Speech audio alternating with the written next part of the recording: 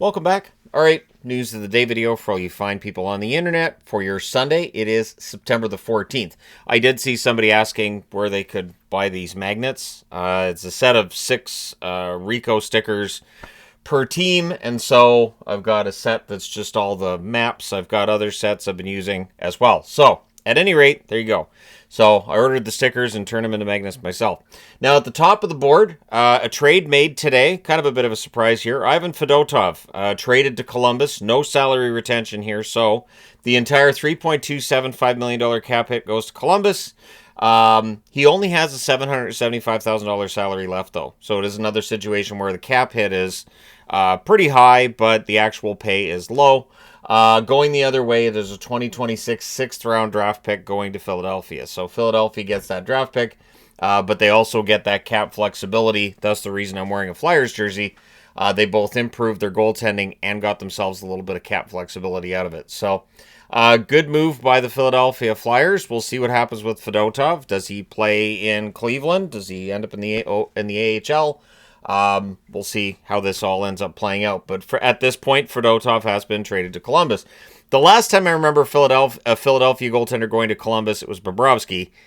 But I don't look at Fedotov and see a Bobrovsky. So at any rate, we'll see if Fedotov gets into some preseason action with Columbus or what happens there.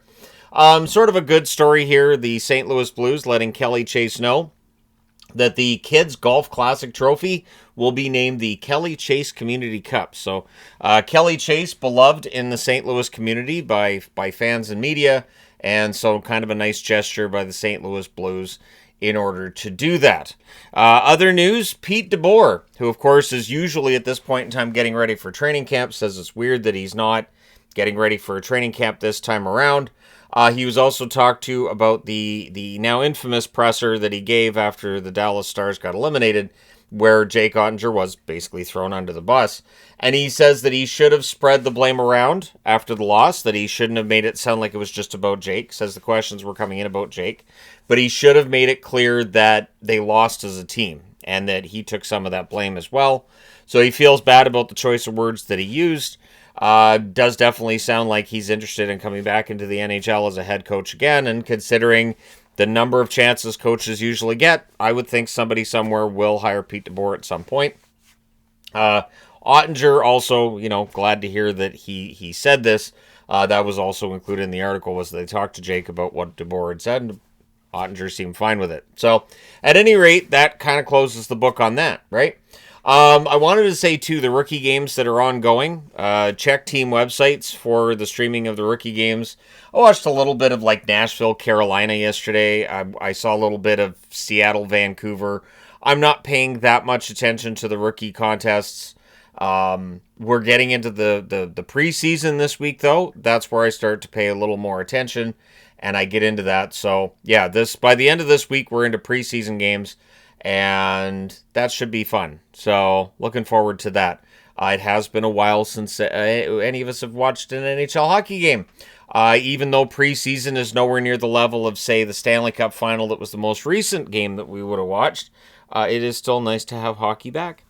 Sad news, too. This came out yesterday. Bob Goodenow, the former leader of the NHL Players Association, passes away at age 72. At some point, I should do a video on the history of the leadership of the union. I can go back as far as Eagleson and talk about leaders of the union and whatnot. I thought Goodenow was a good one. Obviously, with Goodenow, what is most remembered is that season that was lost, 04-05, where at the beginning, Goodenow and the union were like, we are not taking any kind of salary cap. And they stuck to their guns as long as they could. Billionaires can always outweigh millionaires.